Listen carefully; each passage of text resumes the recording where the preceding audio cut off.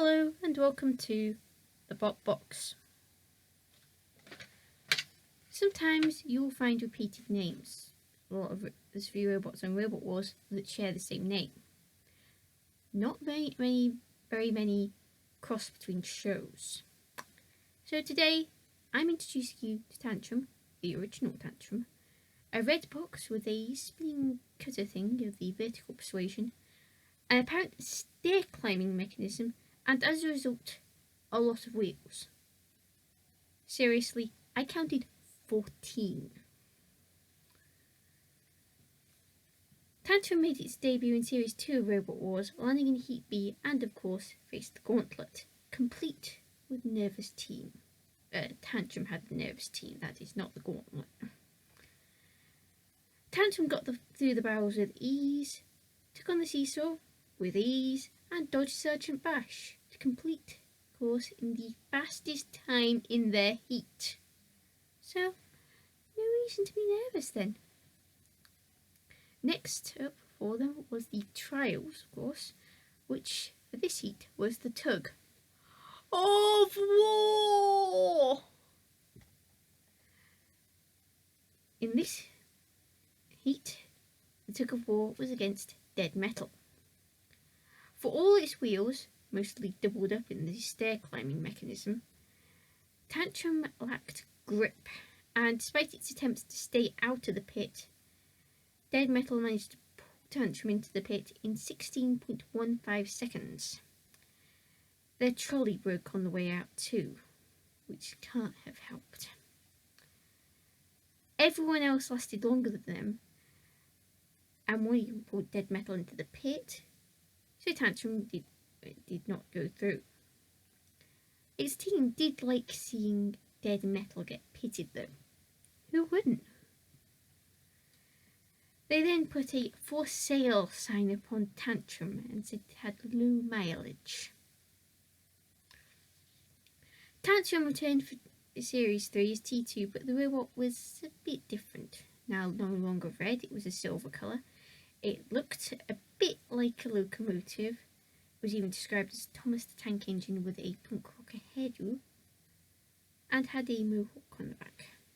It was also now a lifter, not in possession of a spinny thing, and this time landed in Heat F and drew a lifter in Vector. And it actually looked quite nice with all the neon colours and everything. Looking good, however, does not mean you'll actually move, which Vector did not.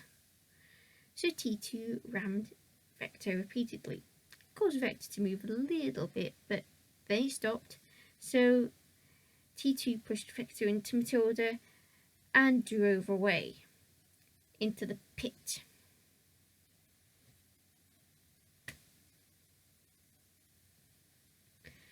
The judges were called in. They ruled in favour of T2, owing to Vector being dead. Next up was angled helicopter-esque spinner, the Dark Destroyer, spelled with an E, it's important. T2 pushed the Dark Destroyer around in circles, but took a hit from the blade in the process. Actually took a few hits over the course of the battle. So the Dark Destroyer was sent to Dead Metal. Thus began a pushing war between the two once away from Dead Metal. So it's between T2 and the Dark Destroyer. T2 was easily winning the pushing war. And then it drove into Dead Metal. It got free rather quickly, having had a bad experience with Dead Metal in Series 2, and started pushing the Dark Destroyer again, even into a wall, which briefly put T2 in danger. After a bit more pushing, time ran out and the judges were called in. It eventually became clear that the Dark Destroyer had actually done quite a number on T2's front. However, this time it was a split decision, and the judges ruled in favour of the Dark Destroyer. Aggression was ruled to be the key factor.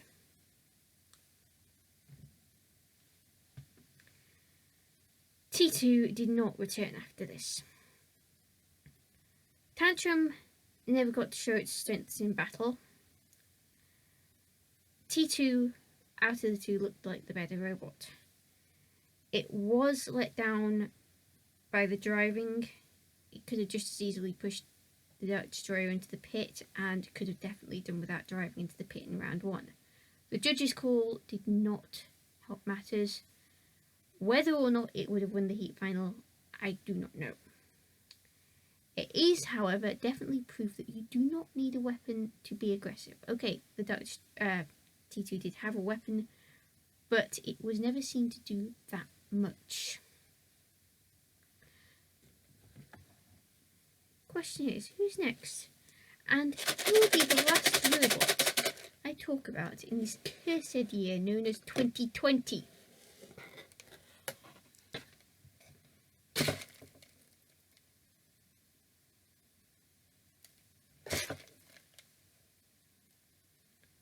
This one.